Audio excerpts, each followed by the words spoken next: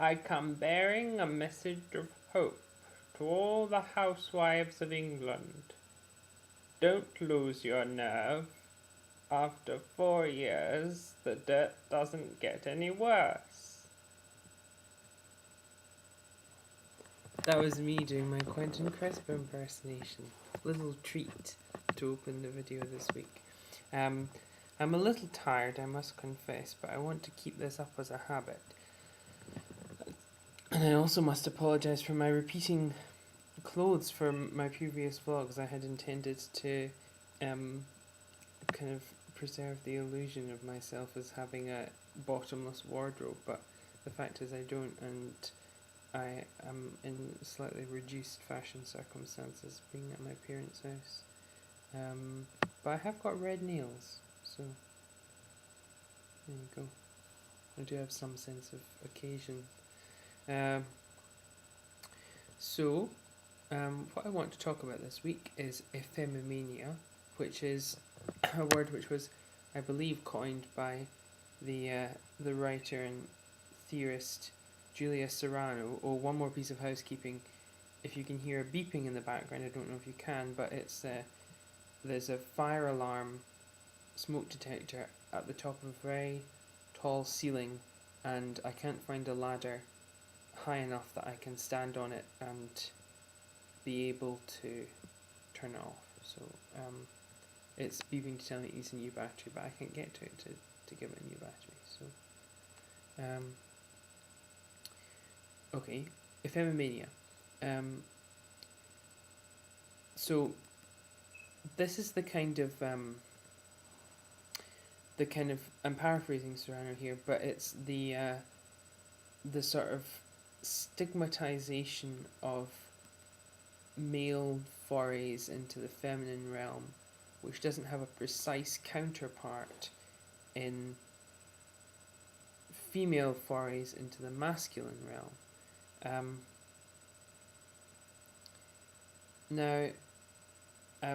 What Serrano says is that the reason, what causes this is that there's a sort of hierarchy, there's a hegemony, so men are above and women are below.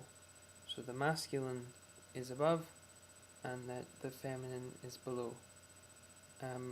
That's quite good symbolism of putting my head in the middle of those two things. The masculine is above and the feminine is below.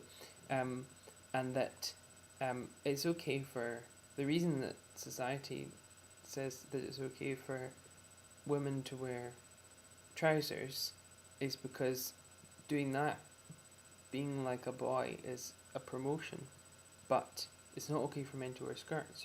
No, because that's a demotion. And why would you want to be demoted? That's just sort of makes you very strange. And difficult to understand, and what's difficult to understand, as we know, is dangerous. But here's a theory for you. So the first time that women, in Britain anyway, sort of really started wearing trousers in a big way was in the Second World War, when they had to take over the roles of men in factories and so forth.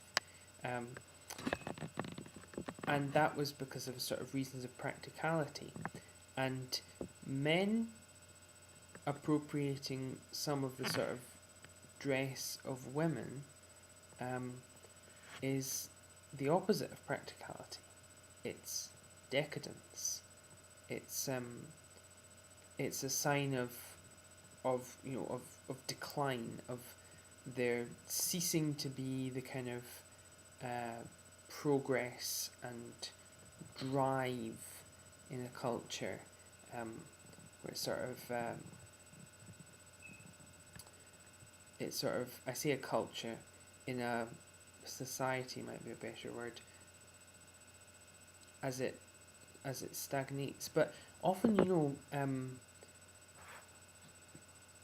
decadence bring us great writing. I mean, look at Oscar Wilde. Oscar Wilde's a brilliant example, of sort of his flamboyance, and quite apart from anything that he may have done to um, to or with rent boys in London, um, is is that he infuriated people by being flippant and being flamboyant.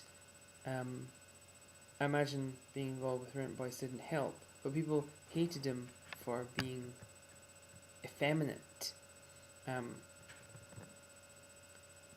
there's the story of, one of the clinching factors in his trial, it is said by anecdotal evidence, is that because he had syphilis, he was taking medicine for syphilis. I think it was mercury, which made his teeth sort of green.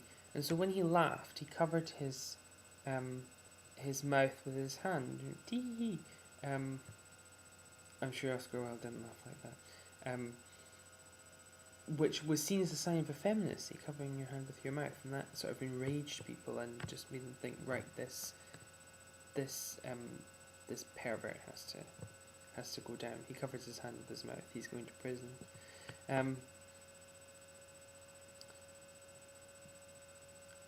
I'm saying that one of the reasons for Effemimania is that men being feminine is trouble, because it means they're not being real men, and they can't, pick up their spears and defend us if needs be. But the thing about that is that we're no longer living in an age when we've never lived in an age when men are the only people who can defend us. But I think that we should be advancing into a time when we realise that that we're all equally capable of picking up a spear, but I think we should be realising at the same time that we're also all equally capable of not picking up spears and talking about things like rational human beings instead. So I think that the arrival of the ability to explore one's effeminacy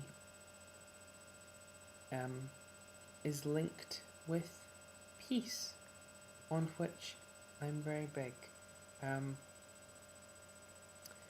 So you may have been able to tell by the sort of little jump that I had more than one go at that last bit, but I think that I got out what I wanted to say.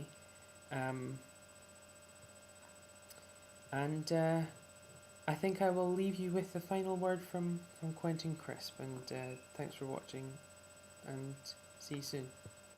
For it is true that artists adopt a flamboyant appearance, but it is also true that people who look funny tend to get stuck with the arts, and that happened to me.